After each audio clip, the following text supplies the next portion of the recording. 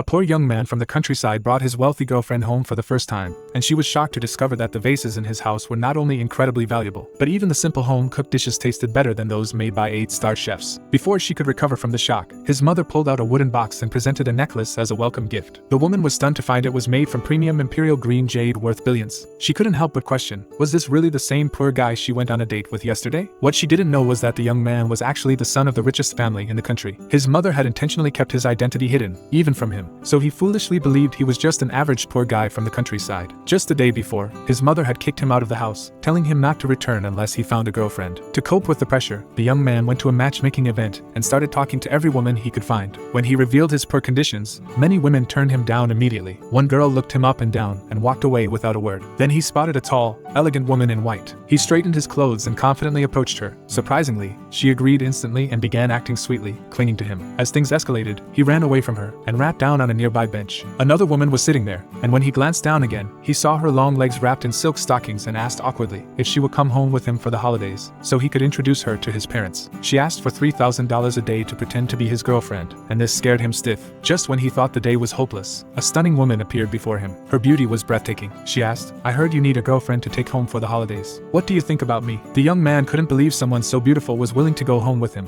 so he confessed he had no money. But the woman said that wasn't a problem. She had only one condition. After helping him fool his parents, he had to return the favor by pretending to be her boyfriend to shake off a rich suitor chasing her. Turns out, she was a wealthy heiress, trying to escape a family-arranged marriage. The two instantly agreed to help each other and rode a small scooter to his house. Upon entering, she saw porcelain vases worth hundreds of millions, and even the mirrors had imperial jade necklaces hanging on them. The woman immediately sensed this home was no ordinary one. To cover it up, the young man's mother quickly claimed everything was fake and that the jeweler was just a gift for her future daughter-in-law, stopping the girl from asking further. The next day, the woman decided to take the young man to meet her parents. Meanwhile, the man's mother gathered her people, preparing to reveal to the man that he was actually the heir of the most prestigious family in the capital. At the same time, the woman took the young man to a luxury store to buy an expensive suit, and they unexpectedly ran into the rich suitor chasing the girl. He mocked the young man, claiming he'd never worn anything that nice in his life and that such suits required pre-orders. The young man simply touched the suit fabric and said it didn't feel right. Though unaware of his true identity, he had been dressed and fed with only the best by his mother, so to him, these high-end clothes were nothing special. The rich suitor was enraged and called over a top designer to appraise the clothes the young man was wearing. The designer was dumbfounded. He mentioned that while the style may look simple like office wear, the design, tailoring,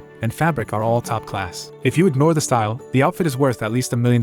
Hearing this, the rich suitor was in disbelief. The woman laughed at his ignorance, and when he tried to hit her, the young man blocked him, pushing him to the edge of madness. He called on his bodyguards to deal with them, but just then the girl pretended that her father was here, and she used the distraction to run away with the young man.